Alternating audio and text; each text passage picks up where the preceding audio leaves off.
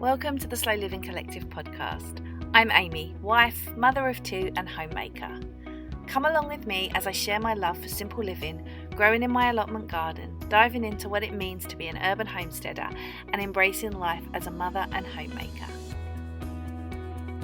Hey everyone, welcome back to today's episode here on the Slow Living Collective podcast. I'm so grateful to have you here and thank you guys so much for your ratings and reviews. I am always so overwhelmed, but if you haven't left me a rating or review yet for this podcast, please head over and do it now.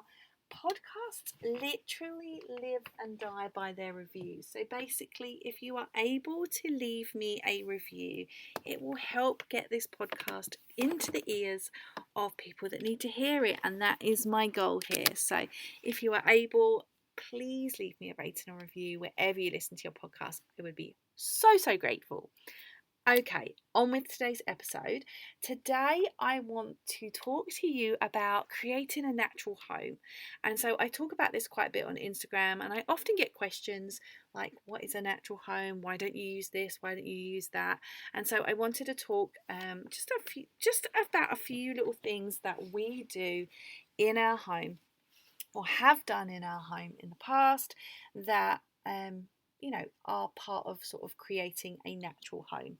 And by natural, I mean, trying not to use chemicals that we don't feel really align with our way of life and things like that. If you were listening in the last episode, you will know I was painting a pot. Well, as I batch record these episodes, I'm still painting a pot because it's still the same day in my world. In fact, it's only like 20 minutes later. So if you hear me dragging a pot around, that is what I'm doing. I am doing what I said not to do in the last episode, and that's multitasking. However, this is enjoyable, and I enjoy just having a chat, doing something for myself.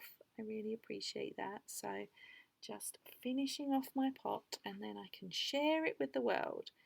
So today, the natural home. What is a natural home and why does it even matter? Well, I personally have been on a little bit of a voyage of discovery over the last, I don't even know, let's say 5 years, about the food I eat, the products I use, the way I live my life, the things I put into my body. All of that has all been a work in progress, and it will probably always be a work in progress, always finding out new information and new ways of doing things. And yeah, so that is me. I would say that I have been very much into, finding out actually what's in our food, finding out what's in our cleaning products, in our skincare products, our makeup, all sorts. It can be horrifying when you do a bit of a deep dive and go down that rabbit hole. And so it has been a long work in progress for me. I wouldn't even say I'm even done now. I'm sure more stuff will come up. However, for today's episode, I'm just going to talk about a few little bits about our home and the way we live in a somewhat more natural way. Okay, done the next coat of the pot. So let's get into it. Now, like I said, creating a natural home has been a really long time coming for us, and it's something that I definitely lead on, I would say. And one of the changes that I made first and foremost was changing our cleaning sprays, like the things that we wipe down the kitchen side with, the bath, those sorts of cleaning sprays, and moved away from bleach based products, or like antibacterial products like the Detolls of the world, moved away from bleach, like bathroom cleaners, and just started figuring out actually what was in these things, and was there a more natural way that I could do my cleaning, and looking at what toxins were in them, and just really wanting to live a bit of a more toxin-free way of life. Now, I will preface this with the fact that I don't know how possible it is to live a toxin-free life. In fact, I don't believe it's possible at all. Toxins are around us everywhere, everywhere.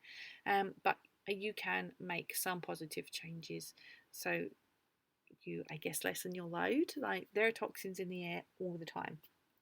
And I can't do anything about those, but I can do something about what I clean my house with, right? So that's when I talk about being toxin free, that's what I'm referring to. I don't believe that I'm toxin free, as it were. But this very much, this natural way of living very much feeds into the way we live our lives. And whether any of us realize it or not, we are surrounded daily by fragrances, scent, toxins, chemicals, all of which affect our health and well-being and can really go on to affect us long term as well. And like I said, it's been a bit of a journey of discovery as I work out what is good, what's bad, what's ugly when it comes to the products that we bring into our home. And we've been learning more about these chemicals and toxins and the effects that they have, and so it did lead to us completely changing how we do things in our home. So much of what surrounds us in our everyday life, it can be an allergen, an endocrine disruptor, or even worse, can be carcinogenic, which means it has cancer-causing compounds. Now, I'm not going to delve into the science or the medical anythings. I am not qualified to do that. There is a ton of research out there on the internet from good, verified sources. So by all means, head over to the big World Wide Web and check it out. But when you look into it, it can really be a bit horrifying. So that encourages us to make a huge change and start looking at the ways we could change things around our home. Now, toxins in our food, in our drinks, in our products, in our homes, it's ingrained in everything that we have. And it can be so overwhelming to know where to start. And if that's something you're interested in, like I said, I don't believe you can be toxin free in this world because there is just too much around us. It's everywhere. But you can make a start and you can make a difference. And so we've been passionate about eating well and about the food we put into our bodies for a long time. So in that sense, we're used to knowing what is good and bad. However, finding out that almost everything we had in our home was awful was a bit of a journey that I wasn't ready for. Now listen, we live in a world that is inspired by cleaning, Mrs. Hinch inspired stuff. Toxin-filled home cleaners are completely the norm. And while it's not a trend that I ever got myself in, it's actually really worrying the kind of toxins that we're surrounded by every single day. And so I decided, you know what? I'm actually going to create my own toxin-free cleaning sprays. And it wasn't as difficult as I thought it was going to be. I started thinking like, oh my God, it's going to be so complicated. How am I ever going to do this? But actually, it's just water and vinegar and something to fragrance it with. Some people use essential oils, depending on your thoughts on essential oils.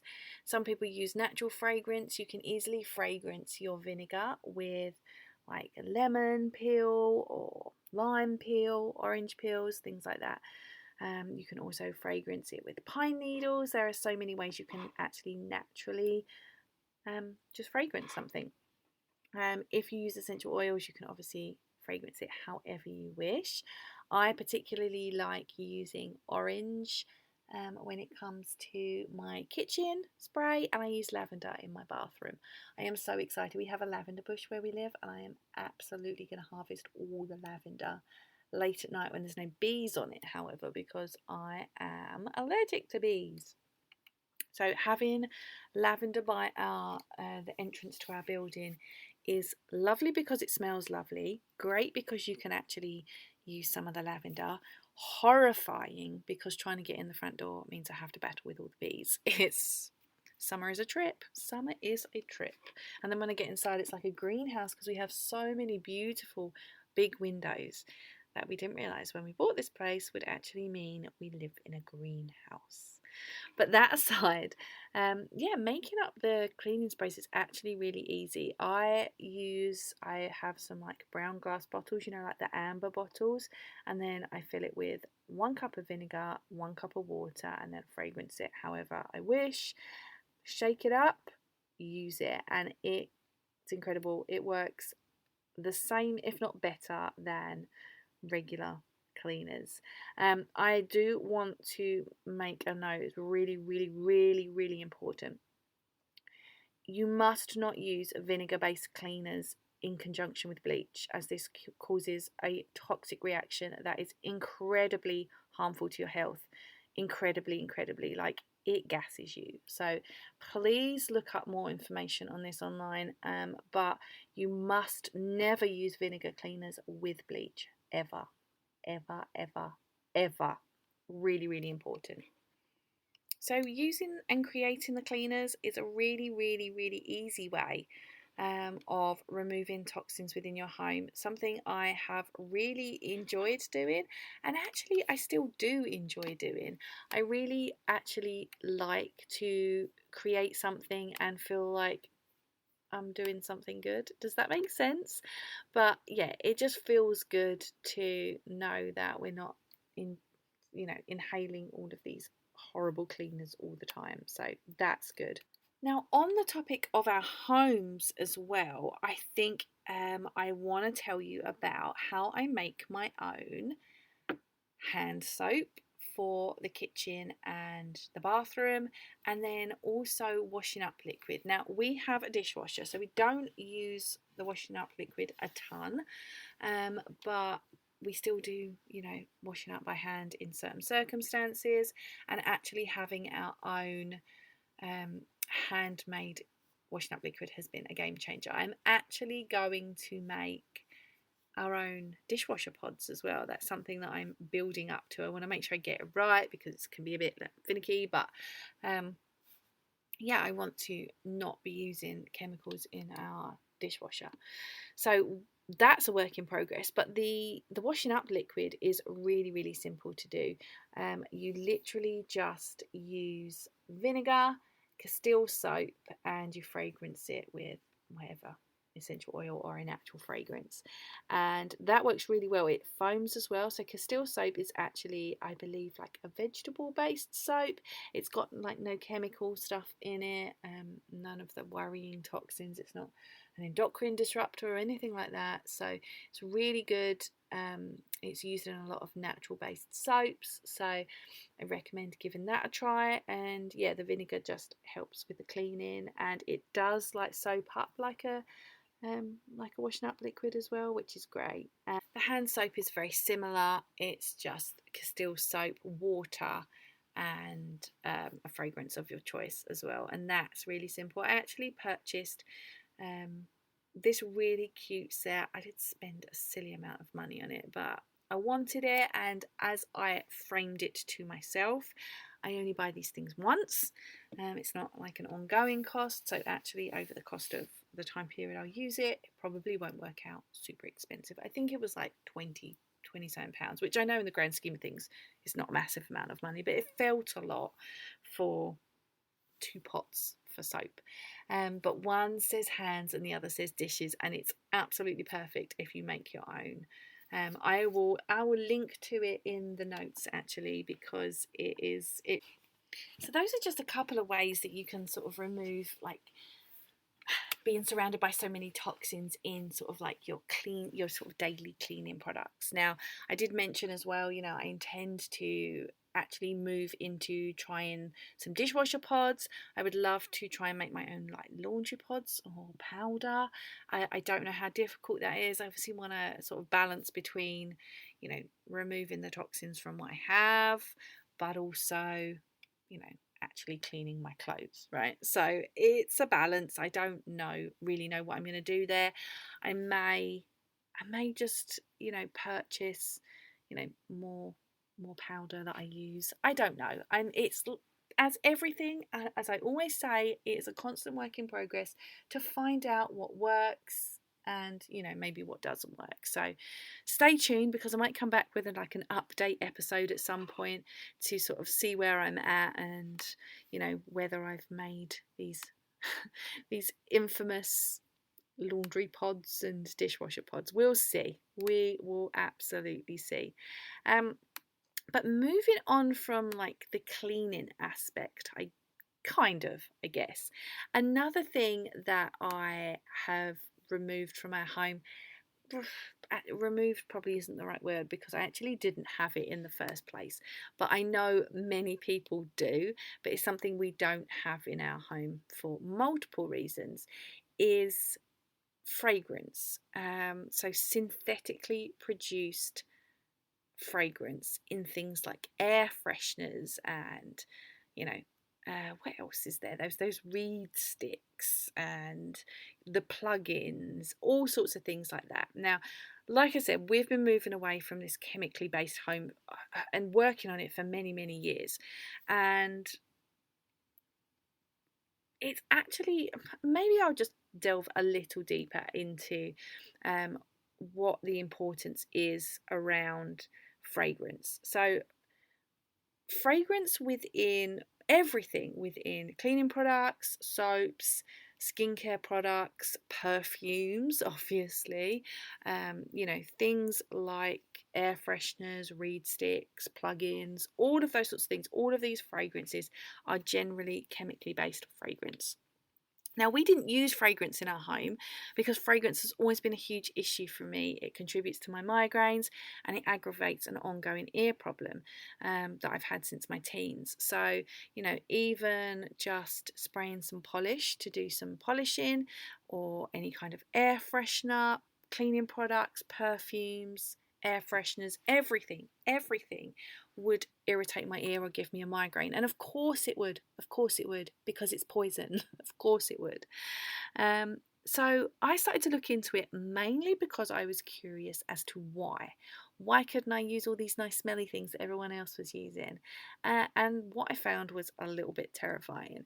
Now, I'm going to put the link to my simmer pot post on from my blog, because it actually has a lot of links to some studies about the adverse health effects of air fresheners. So I'm just going to read a small part out to you, and it says air freshener exposures, even at low levels, have been associated with a range of adverse health effects, which include migraine headaches, asthma attacks, breathing difficulties, respiratory difficulties, dermatitis, infant diarrhea, earache, neurological problems, and ventricular fibrillation. I'm like, what? What?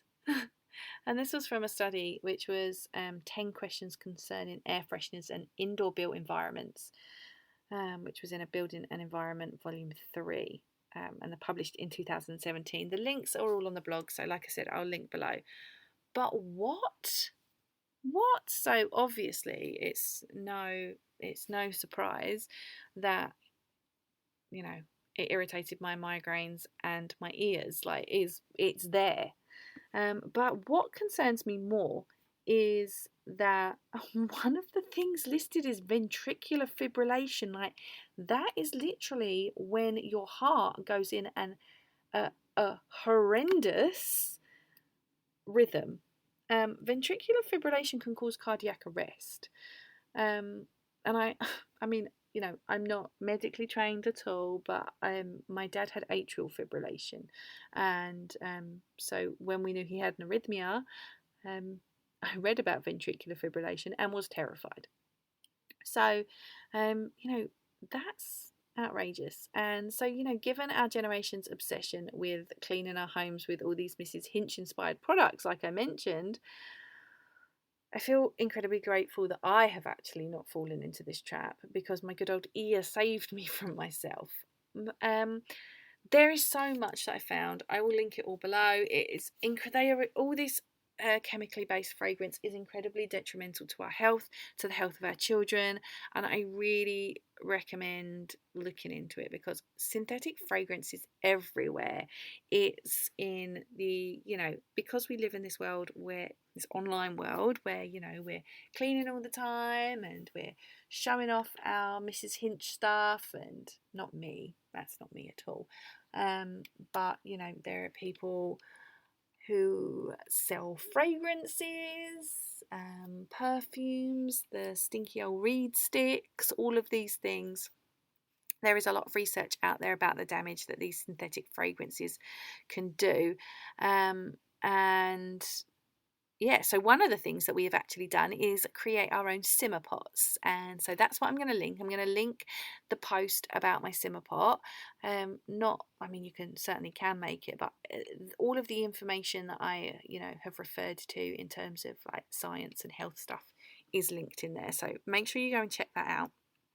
But the good thing about simmer pots is that they are natural, and like I said, all this synthetic stuff is just mind-blowing. But our health is our wealth, and as far as I'm concerned, that's the most important thing. And while I cannot control so many aspects of my health, I have health anxiety. I am a work in progress, but CBT has helped me make massive strides. But I'm particular about my health. Where I can. I can't control fragrances, dioxins, pollutants, all of these things that are outside in the world, even inside, right? These things don't just stop at the front door. I cannot control those things, and therefore I don't even think about them. But inside my home, I can be more careful about what I use.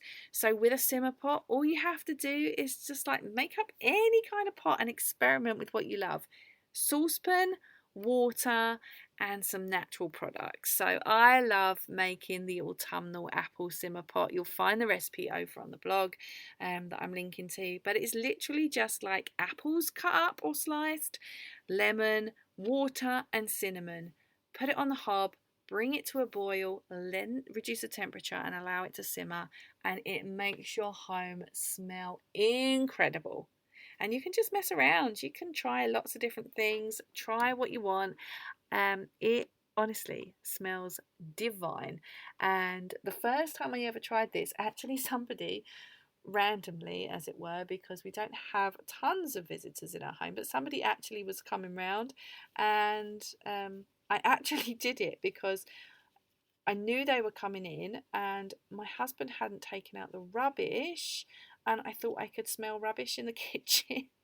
and and not that that was a man's job, that's not what I was insinuating, even though my husband is the one who generally does the rubbish, but I couldn't take the rubbish out because I was taking care of the kids. So I thought, I know what I can do. I'll just cover the smell. I thought I could smell it. I've got an incredible sense of smell because of my migraines anyway. Probably nobody else could have done. But anyway, that's what I used it for. And when they came in, they were like, what are you cooking? It smells incredible. So it does work. And before we close out this episode, let's delve into some skincare stuff. So something I have made before is either bath salts, homemade bath salts, or you can make a homemade sugar scrub. I will link to all of these things because I have them all on my blog, so I will link to them. But yeah, you can make bath salts. They're very easy. You just use rock salt. Coconut oil is a carrier oil. You can use some essential oil and then a container to store it in, and it's really simple, and you can just drop them in the bath and just use them like that. And for the sugar scrub, that is obviously you apply that straight onto your body, but the sugar scrubs are really easy to make as well. You just need a little clean dry pot, and you need some sugar. And yeah, I'm very fussy about what I put onto my skin for all the reasons that I've already said. And I used to use a really nice natural peppermint sugar scrub, and it made me think maybe I could just make my own. And so it's really simple as well. You just need some sugar, You need coconut oil as a carrier oil, some essential oil, and then a dry container to store it in. And you literally just mix it together until it goes a bit sort of gloopy. Like if you've used a sugar scrub before, you'll know what I mean. And it's just great on your skin. It's less rough than a salt scrub, which is why I haven't done a salt scrub. I've just done the bath salts, and it's going to help you sort of remove your dead skin cells and achieve much smoother skin. So another thing you can actually fragrance a sugar scrub with is coffee grounds, and coffee grounds are supposed to be really good, so maybe I'll give that a try. But these just natural things, and better than all of the nasty chemicals and toxins that are shoved in our stuff that personally I feel is a little unnecessary. I hope that gave you like a little bit of an insight into some of the things you can do if you're looking at maybe making your own products and living a little bit more toxin free. Like I said, work in progress. We're never going to be perfect. We cannot avoid much of what exists in this world, but we can do better in the areas that we have the ability to change. And so I definitely recommend going over to the linked posts, checking out some of the things you can make yourself, but particularly it's in the simmer pot post that you will see all of the scientific research about fragrance and stuff like that. So I hope today's episode has helped you somewhat, inspired you to maybe give some of these things a try, because they are actually really easy to do. And I think sometimes we get sort of a little bit overwhelmed with the thought of doing these things, and actually they turn out to be much easier. So I've gone ahead and done the work to let you know that it's easy, and definitely give it a try. Thank you for hanging out with me for another episode of the Slow Living Collective podcast. You can find me over on Instagram at lifeonplot44, and you can check out all of the posts that I referred to in the notes, but you can also find them over on theslowlivingcollective.com. So be sure to head over there and check them out. But like I said, I will link them all in the notes, and you can check them out directly from there too. Thank you so much for hanging out with me and listening to today's episode. I will catch you in the next one.